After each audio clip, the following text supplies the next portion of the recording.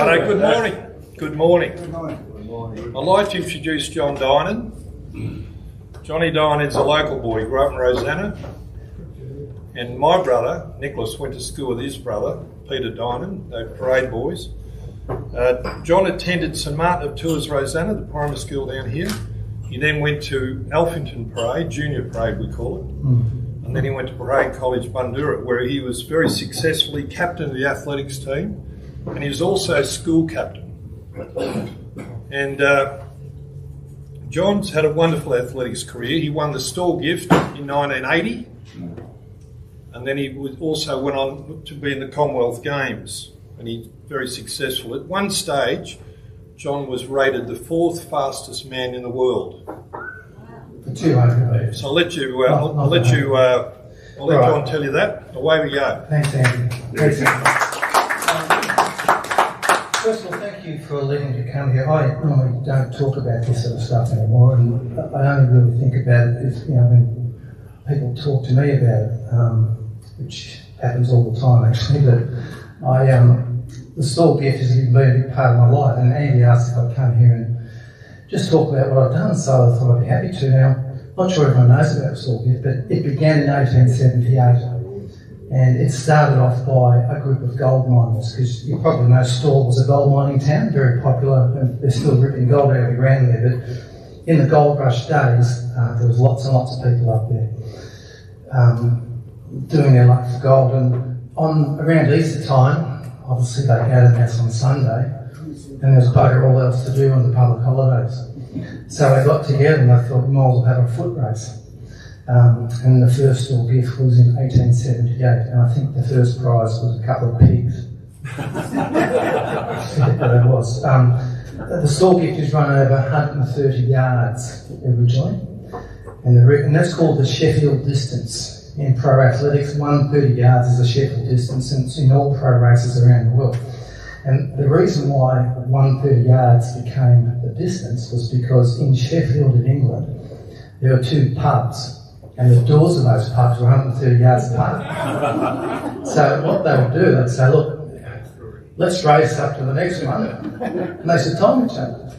And that's fair dinkum, so that's how the race became. It's a great distance because if you run a 70-metre race, it's far too short for blokes like me. Someone like me had very, very good top speed, but I could maintain the speed all the way. But it took me a while to get the top speed. So 70 metres, I couldn't care about that. It was too short for me. Same on 100 metres, but I started 130 is about my distance. So these days, it's a metric distance of 120 metres.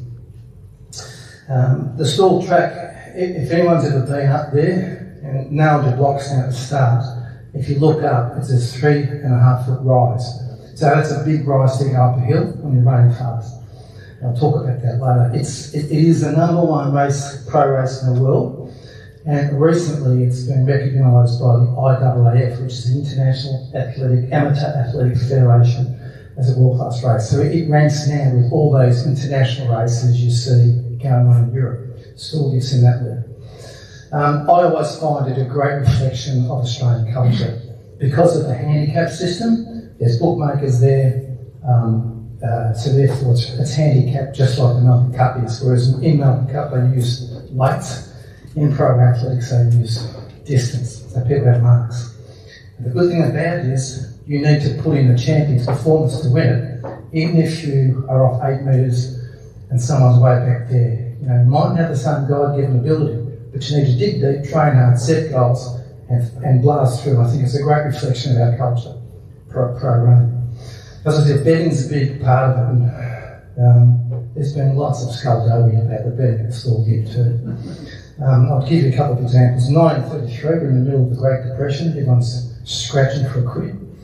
And a young bloke called Goldie Heath from Waring, which is right near Gambia. No, Goldie Heath, yeah. Well, Goldie was a young bloke, he kept himself very quiet, which is what you do. He goes up to Stawell, his backers put an absolute monty on him. And the bookmakers realised if Goldie Heath wins a Stawell gift, we're stuffed. He's going to break the lot of us. They couldn't lay him off. So as he's walked off, so he ran his head on the Saturday, absolutely killed him. As he's walked off, a couple of the bookies' connections had a chat to him, and there was a shotgun involved. And he was told if he won, he was going to get blown away. So Goldie got raced away. They said, we know where you're staying as well, and they did. So Goldie got raced away to some property somewhere. No one saw him again. He came back to the track on the Monday, an hour before the semi-final, warmed up, ran away, came back to the final, warmed up, ran, collected, pissed off.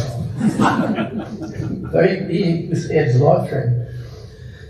Scott Antonich is another example. This is the best I've heard. I was there that day. Scott Antonich in 1987 was in the semi-final at Stawell, was leading, and he did his hamstring, and he didn't win. So he was off. The next year he comes back, and he was touted to win it. He ran a very, very good heat, and he was in the semi-finals. And because Scott was from Sydney, little do we know he had a twin brother, right? So back in 88, the betting ring was a fairly big ring. So Scott's twin brother walked through the betting ring an hour before the semi-finals, after someone had said Scott's done his hamstring again.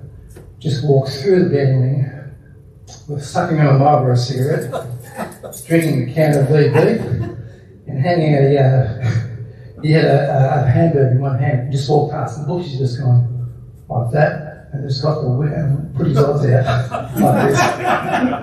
Of course, Scott's connections then went straight back, put more money on. Scott went bang bang one, so kicks them right up, which is good. And that's what the Stawell gift's all about. That's the list of the winners. Up to 2015, so it goes. If you look at the first one, W.J. Millard, 1878.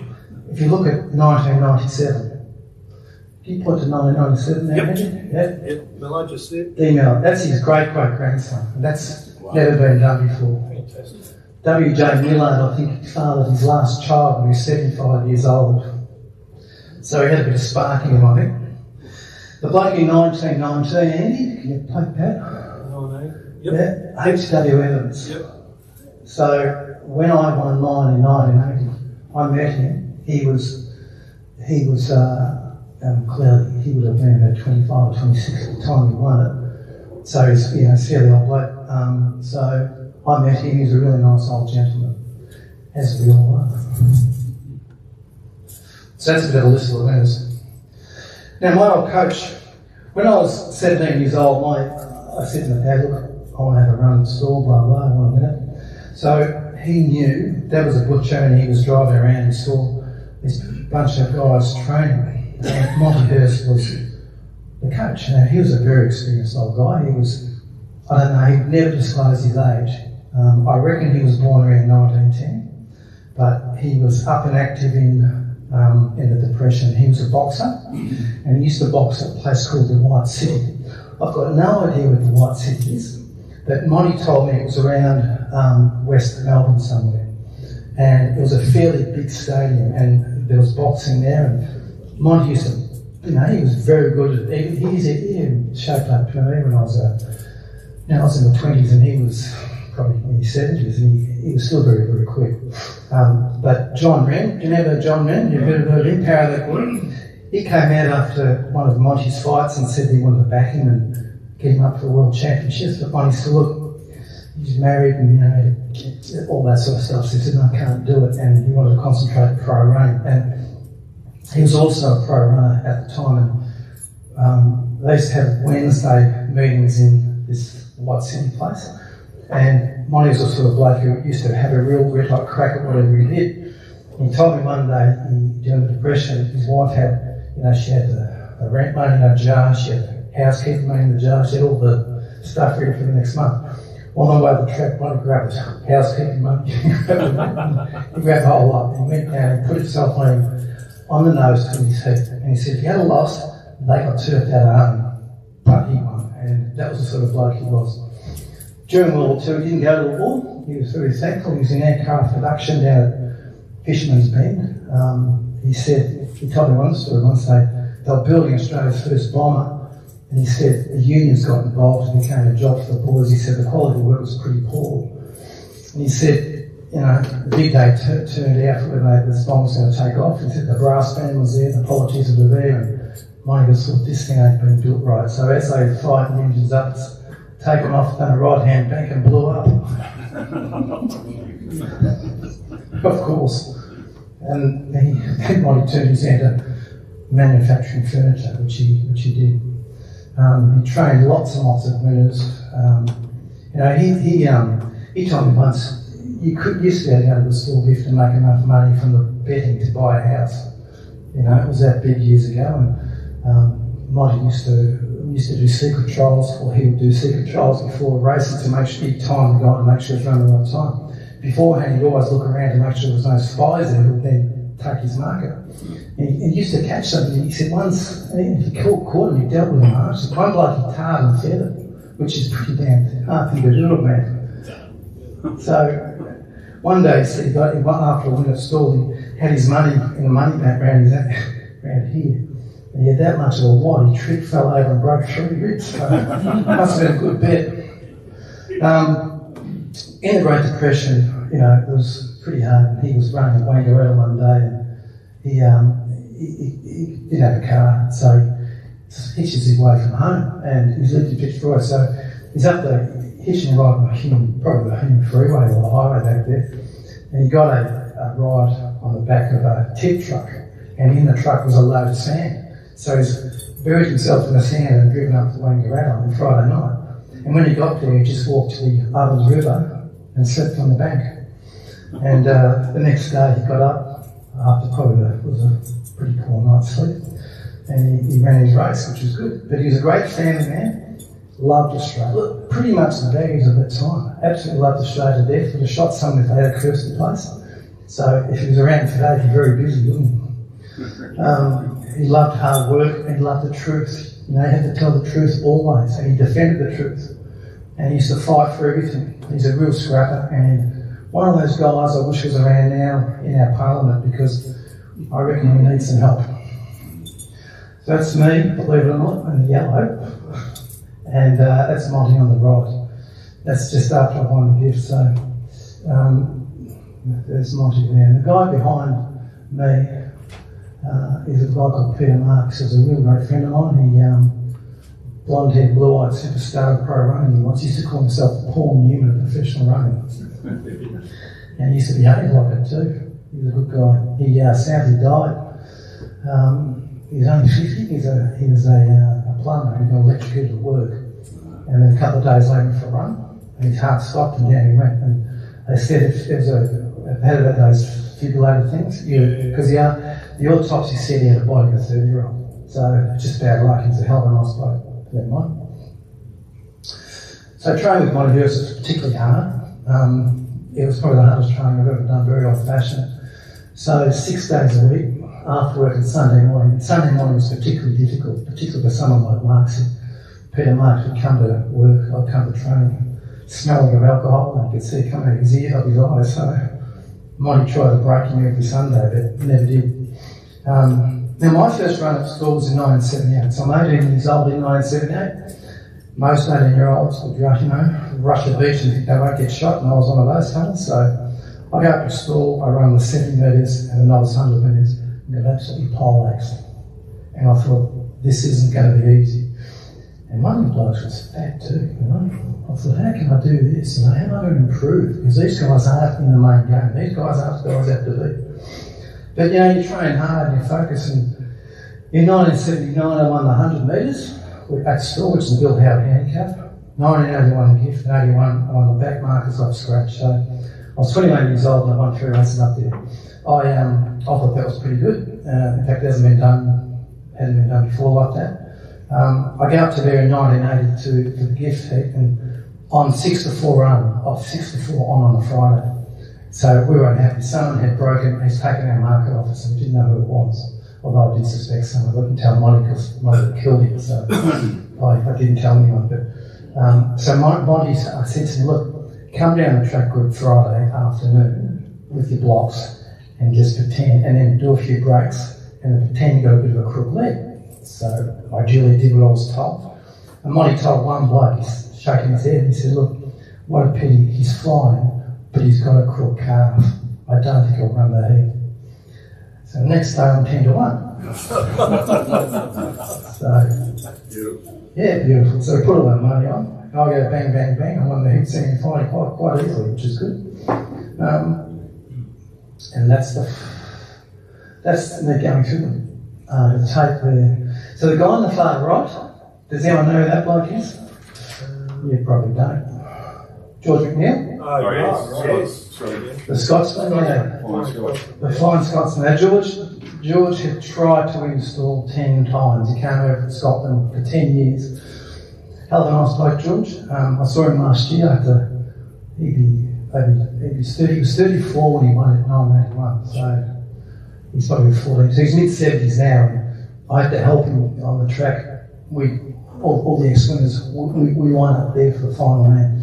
And I had to help George walk there now. But he reckons he's got a new hit, so it's good to go. George, he won the unique double. He won the gift in 1980 on the 100th run. And he won the Powerball gift in Scotland on its 100th run. So he won both centenary gifts. He was a world champion sprinter, world class, and he won a few world championships.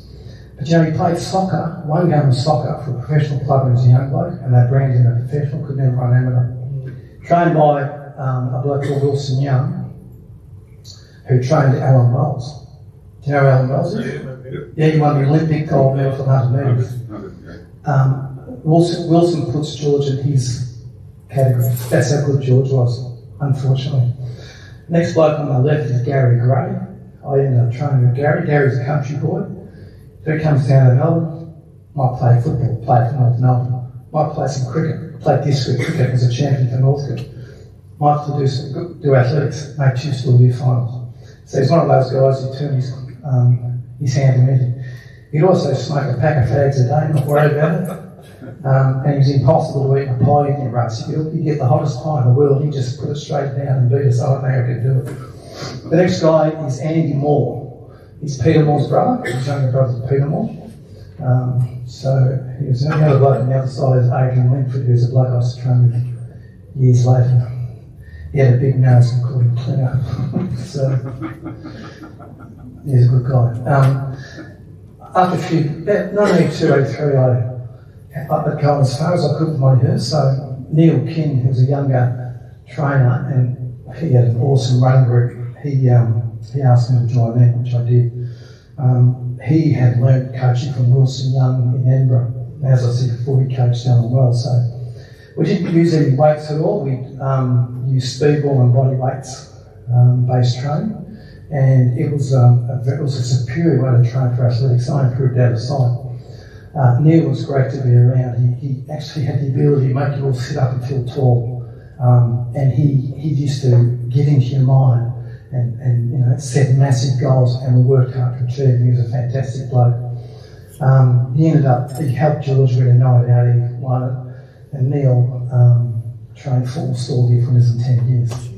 So he's very, very good. He's a lot to athletics now, so he could have done a lot more.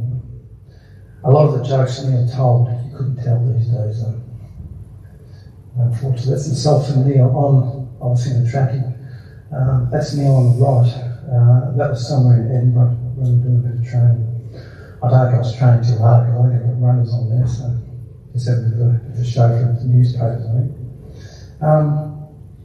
So, as I said, we knew, Neil particularly knew Alan Wells.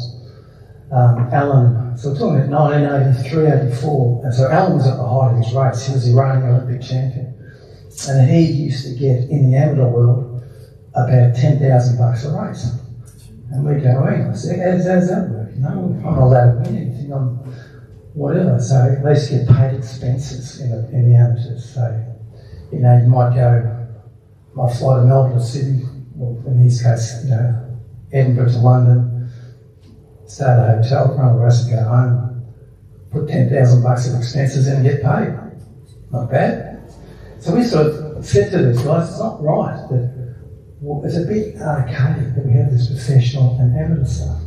So Chris Perry myself, and Chris Perry is like I trained with, he won the 82 still gift, and Neil King, we made approaches to the amateurs and say, can we run in the amateurs? And they sort of dismissed us as being second rate. The amateur view was these pros couldn't really run properly, because if they couldn't run properly, they would never become a pro, because why would you? You couldn't run for Australia. So Chris and I went, we get agitated. The newspapers got on to Judy Davies. Remember, she used to write in the paper, and Peter Stone in the Herald. They used to get, and so they kicked up a big stink. So the amateur athletics in Australia said, okay, fellas, you can run to the Victorian level, and that's it. Because I thought we'd go away. Well, because we'd agitated so much, in December 1984, they held this thing called the Australia Games for the first time. It came out of the blue. In December, we are in the gym punching speedballs. We're not out running. So I couldn't run outside the dark night in December. I'd risk doing a hamstring if I did.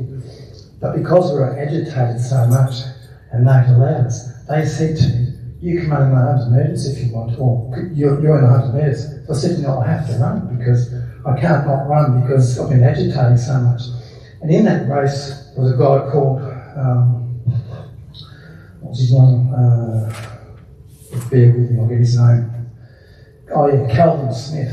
Calvin Smith was a reigning world champion and 100 metre record holder. So they got him over from America for the Australia Games.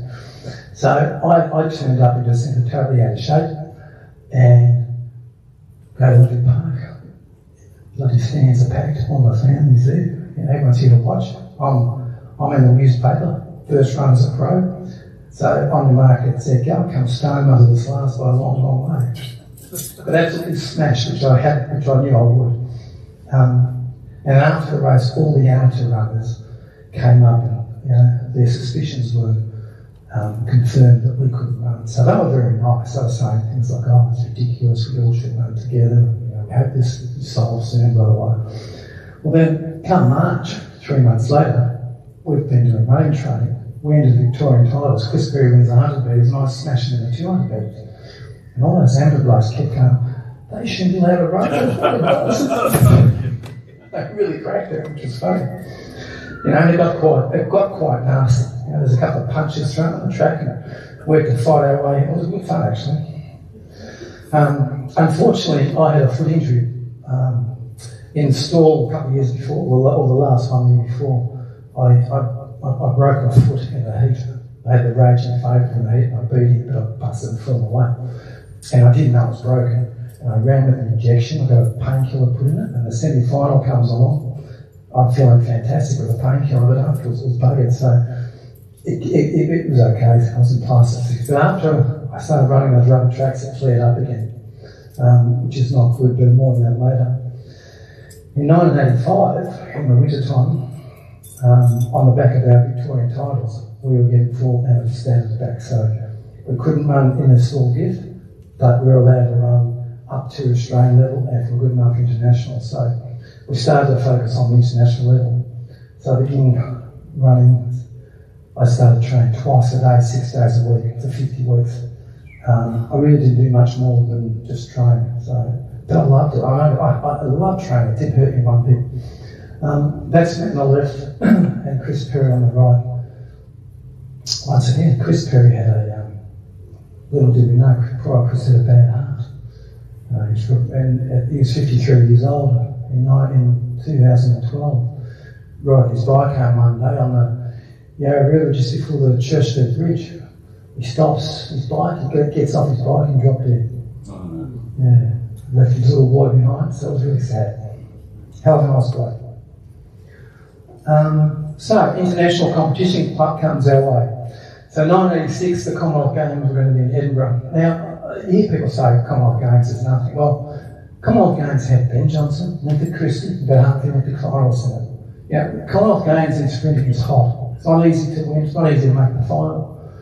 So I set myself on the 200 metres. As I said before, I could maintain a top speed for a long way. So the qualifying time for the 200 metres to make the games was 20.9. So I waltzed down to a little old meeting in Olympic Park one day in February. There was a raging headwind. It was a hot day. It's February days. There's a massive north wind. So I went down to, I'm not going to run any time today into this week, sorry, but I ran 20.7 and 3.5 metre hip run. That was a huge run. In 1986, in March, a few weeks later, a few months later, I ran 20.19. That was an All-Australian Cummins record, and that's the run that got me ranked 4th in the world. It was very big news, just like here, it was all over the world. But that run hurt my foot. I went to a surgeon and he found bone chips in the foot. So I didn't run the Australian titles that year. I was in hospital getting some bone chips removed. Never mind, I went to Europe in June. I was feeling a little bit better, still very sore. But I raced the Grand Prix circuit all over Europe and used to run against Johnson and bloody Carl Lewis and those fellas. I was asked to run in a thing called the Talbot Games in London.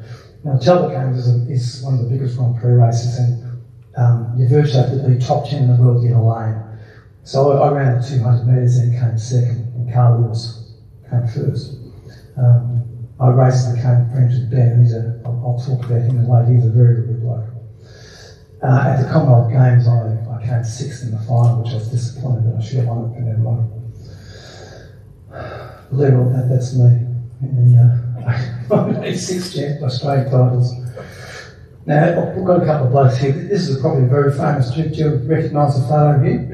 Yeah. It's the 88 Stawell Olympic final. So, the bloke on the left is Ben. We used to call him chicken legs. He goes, what do you call me that for? But as you can see, he was a specimen and a half. And as far as all those runners go, he was probably one of the nicest blokes you'd ever met. He's a decent, do anything for you, try to help you.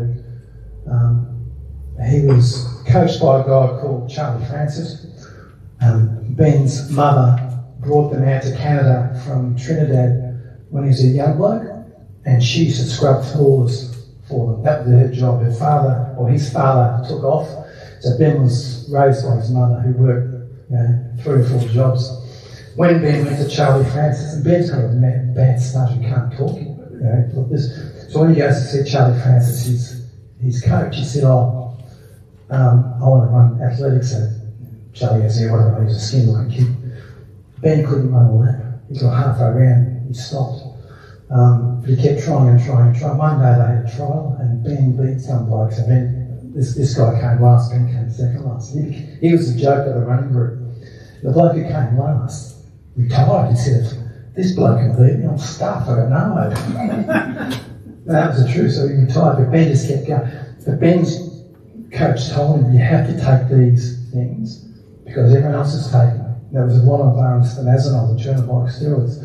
So he was just doing what he was told, and what his coach believed, which is a shame, because I still think he's the best I've ever seen.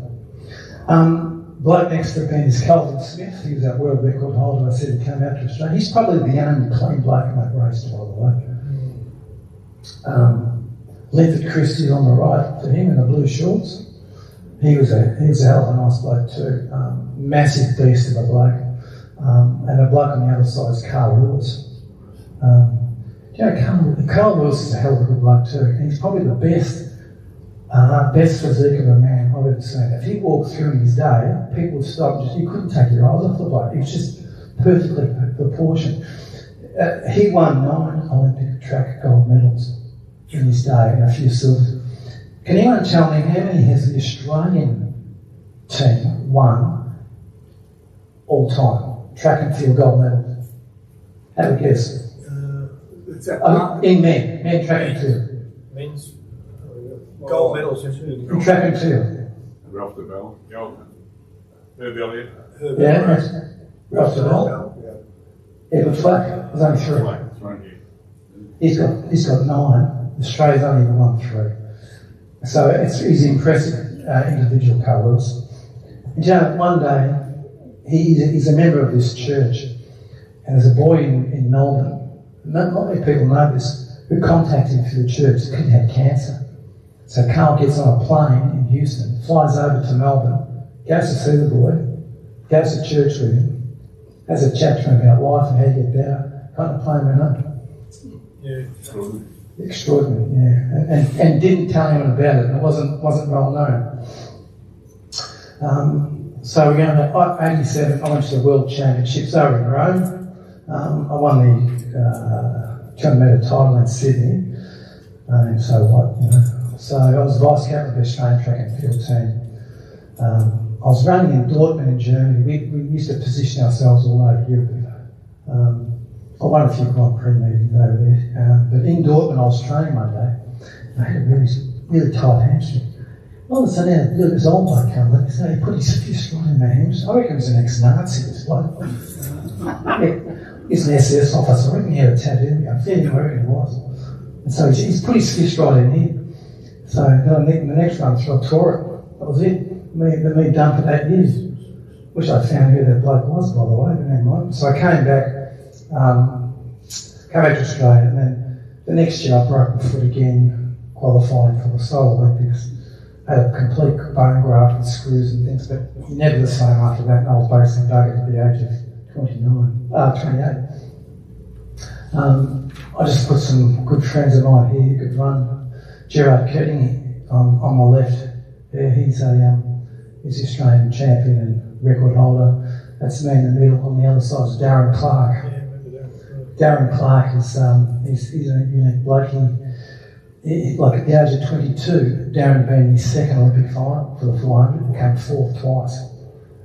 He could run and run and run. He's a good guy, never worked a day in his life though. I mean, I used to say, what do you do for in between training sessions? He said, oh, there's a priest seminary near me. They go for a walk. So he goes, I climb up the pine and try and throw pine cones at him. That's good, Darren.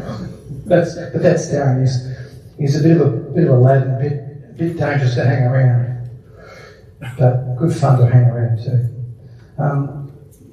And finally, Stawell today, it's totally open now. Like after in '88, we opened up totally. So all the members of the world come over and they run there. Olympic Christie, Saffa Powell, Powell's Jamaican. He's run the second fastest 100 metre ever. He's been there.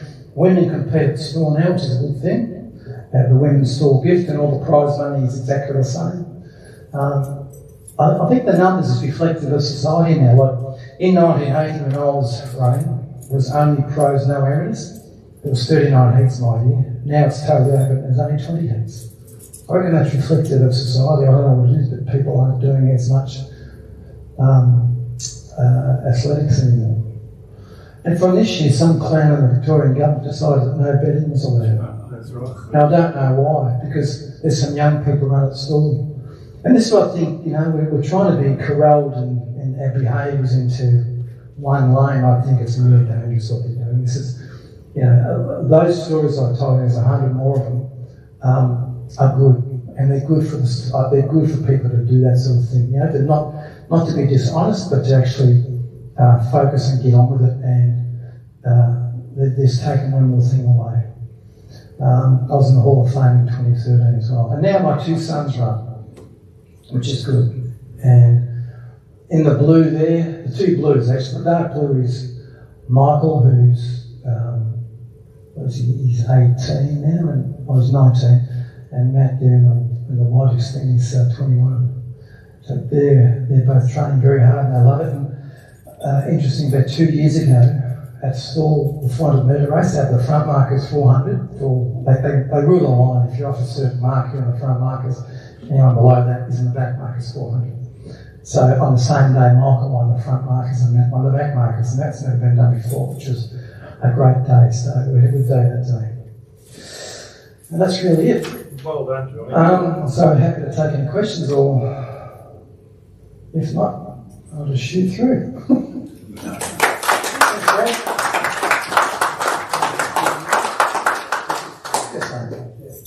I remember the year the chap from Madagascar won, Revelation and so on. Yeah. What happened to him afterwards? We never heard any more. And he won from scratch. He did. He was an Olympic finalist. Was he? In '68, John Lloyd Revelation. He came back, he only ran the Stawell 3 times, and he won off scratch. He went back home. My friend Peter Marks, a blonde guy in the race, I've had up there on the picture. He came second. So Ravello just got him at the end. Ravello died a couple of years ago. I don't know. He just lived in Madagascar and just lived his life out. But he didn't have anything to do with athletics after that. didn't really care much about the sash. He gave the sash to John Tolman. He just took the check, he took the money and ran it, literally. Yeah. I mean, he didn't understand the issues at all. He just heard about it. And he ran an international professional athletic circuit in the USA, which is quite lucrative, so made some good money out of it. Thank you, I enjoyed that. Could you give me some idea of how the handicap system works? I mean, when you show up there, you say, okay, I've got some record as a sprinter. Where do they? There's handicappers at every meeting, and there's stewards, and they watch what you do. So if you just turn up... So you have to run some races at Stawell, and then they... No, you can turn up on the day and get what they call the novice mark. So everyone who just starts, unless you're there like a champion athlete in your day and they know about it, they'll handicap you hard. But if you just turn up off the street, you'll get the novice mark. And the novice mark is kind of about 7 metres. The out mark's 11, and the back mark's a scratch, so you're on about 7. Okay. And if you pull up and do funny stuff like that and they catch you, they'll rip your mark down and they'll suspend you for a while too. So that's how I do it. In the days when the amateurs and the professionals were strictly separate, which group ran the fastest? It's very hard to say with the pros because it's handicapped. You know, I think, and also the amateurs are on those rubber tracks, and those things are definitely faster. I think in sprinting, you'd say the amateurs probably, if you took the best amateur and the best pro, I'd say the best amateur would win. Yeah, because most of those best amateurs are those black guys from America, and they can really run fast. They can't swim, but they can run. Thank you. How do you run fast? How do you run fast? Yes, your size or your muscle or your shape? Oh, there's a lot of things. I think you need to have the way your foot hits the ground. I think it's a bit of a gift. It's the way your foot hits the ground. You need the right the amount of fast twitch fibres in your body. And then you need to work a lot, do the right training to get there. But you do need a bit of God-given talent. No matter what you do, you won't run fast. You run the fastest you can, but you won't get to the top level. When you're training, how much do you work on your buttocks or your thighs or your calves? So you really power your foot. Yeah. Well, if you look at one of those slides I had up here, I'll show you what I'm talking about. This one here. If you look at what's that doing? Oh, it doesn't matter. Look, when you run, you notice you run about this far off the track, and your stride length between this foot here and that foot there is 9 feet. So you're actually bounding a series of massive bounds. So you're right, you do need a whole bunch of power here and here, particularly out of the blocks. We didn't do it, we never did leg weights. We just did it through body weight exercises, so lots of step-ups and just lots of running. I mean, if you do the running training that we did, you get seriously strong in the legs. There's just a lot of development. Some people do it through weights and squats and things, but we didn't do that. Do the guys now have a video clip and then look exactly what muscle groups are doing what and do the dynamics? They do, yes. There's dynamic coaches. We didn't have that. We just concentrate. We really just concentrate on our arm action because, you know, if you do the right arm action, your leg will follow. It's like when you're walking. If you do the right arm action here, your leg will follow you properly. Your two boys are nearly identical in this style. Yeah, So that's due to you. Probably. I've been training when I was little. They're the same style. You caught in the same moment. Yeah, I know. That was really good. Thank you. Yeah, it was good. They're, hopefully I get there too.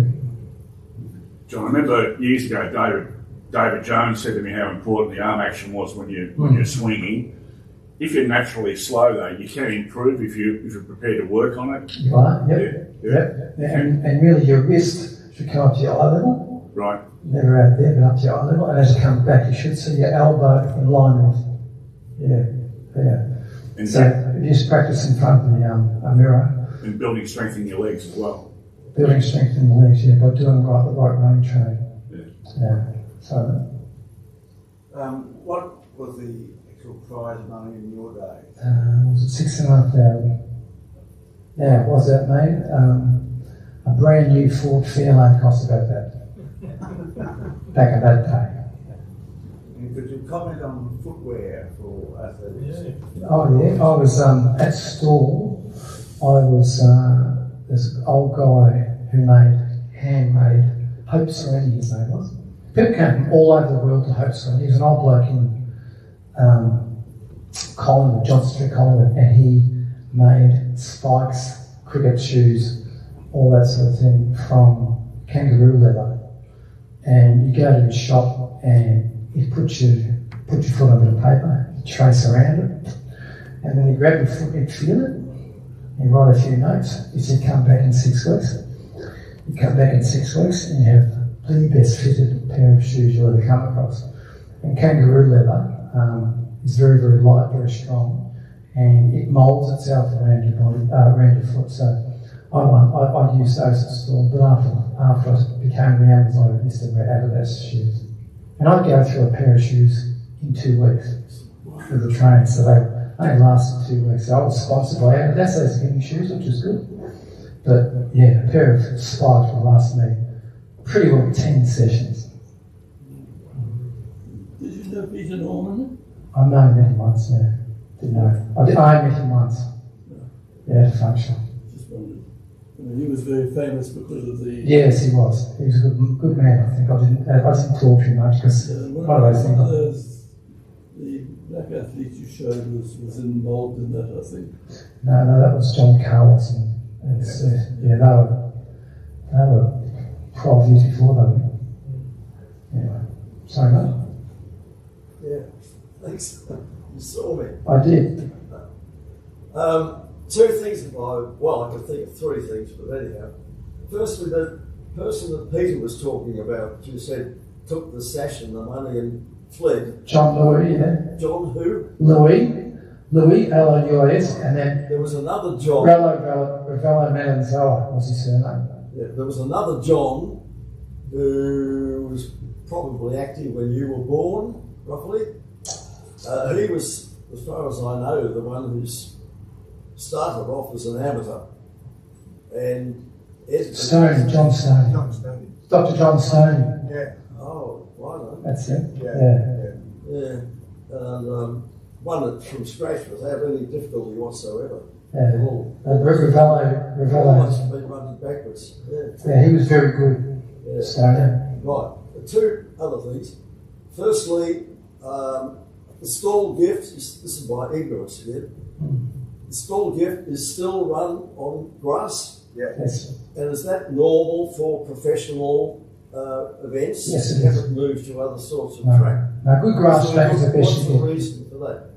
It's run in country towns. A lot of country towns have meetings, and country towns don't have synthetic tracks.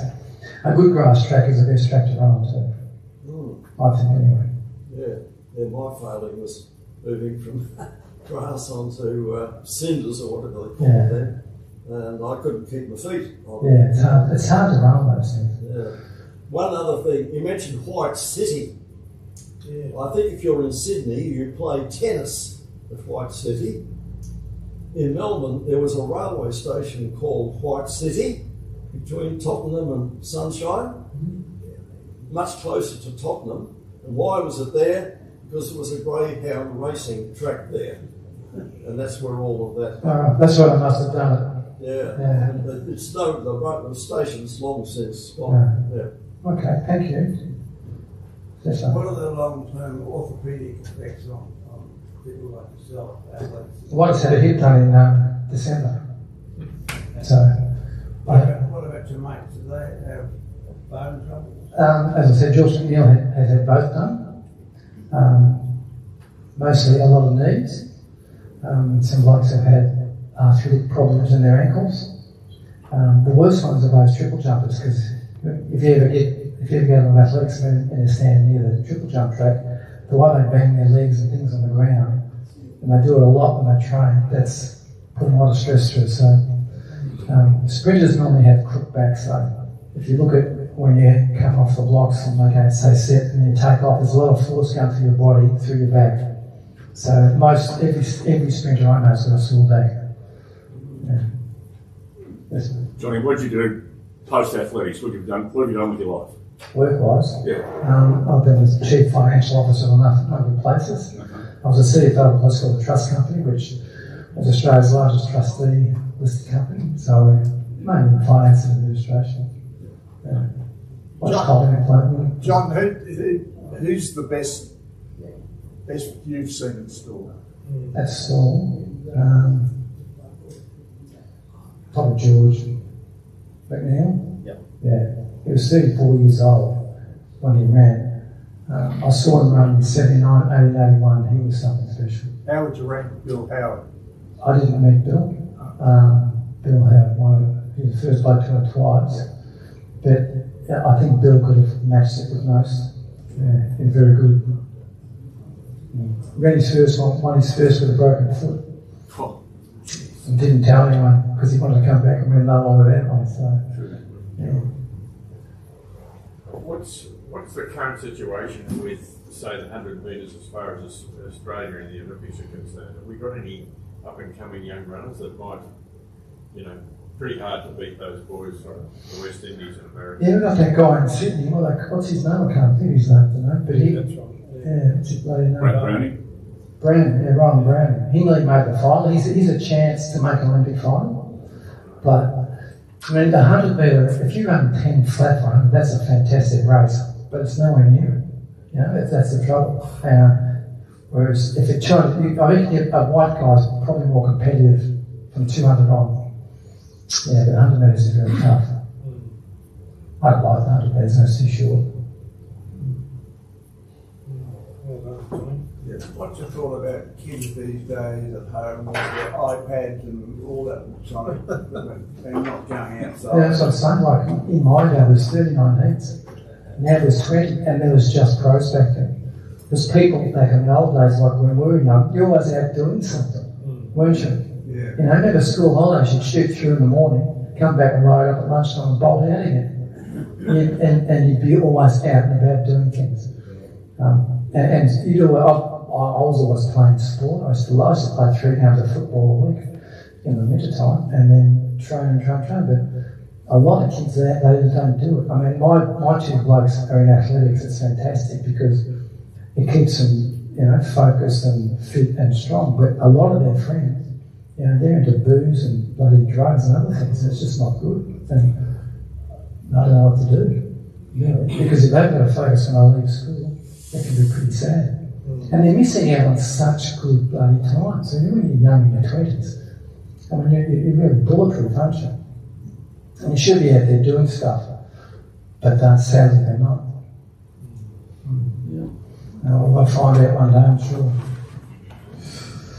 Well, thank you, everyone. No, thank you. I'll tell you what, we've had some guest speakers, but a fascinating insight into the world of professional foot running and athletics and what it takes to dedication and hard work, and what it takes to get to the top of international foot running and such.